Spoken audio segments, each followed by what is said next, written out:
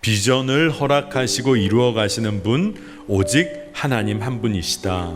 하나님께서 그러면 하나님의 꿈, 비전을 어떻게 이루어 가시는지 그 하나님의 섭리를 이해할 필요가 있습니다.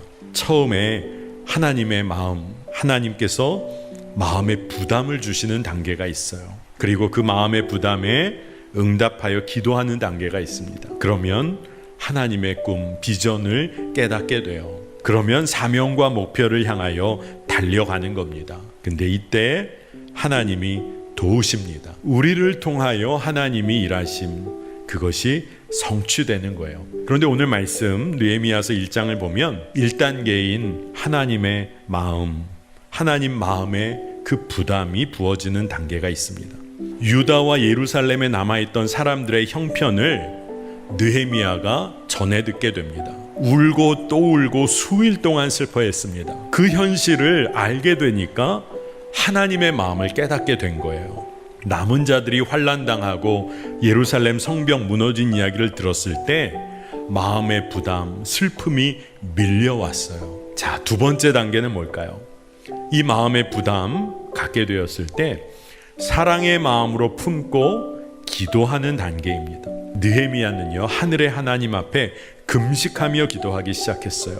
민족에 대한 사명을 자기의 기도 가운데 완전히 품고 기도를 시작했어요. 만일 너희가 범죄하면 내가 너희를 여러 나라 가운데 흩을 것이요, 만일 내게로 돌아와 내 계명을 지켜 행하면 너희 쫓긴 자가 하늘 끝에 있을지라도 내가 거기서부터 그들을 모아 내 이름을 두려고 택한 곳에 돌아오게 하리라 하신 말씀을 이제 청하건대 기억하옵소서.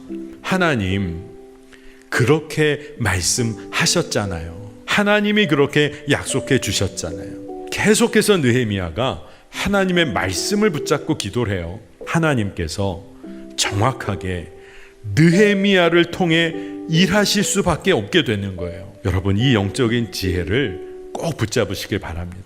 하나님의 꿈이 부어졌을 때 우리의 마음에 때로 부담이 되고 두려울 때가 있습니다. 그러나 거기서 멈추지 않고 하나님의 마음을 붙잡고 말씀 붙잡고 기도해야 합니다. 눈에는 보이지 않지만 하나님이 이루어 가실 그 일이 믿음의 눈으로 보여지는 거예요. 그러니 아직 이루어지지 않은 일이지만 이미 그 하나님의 꿈은 내 삶에, 우리 삶에 이루어진 겁니다.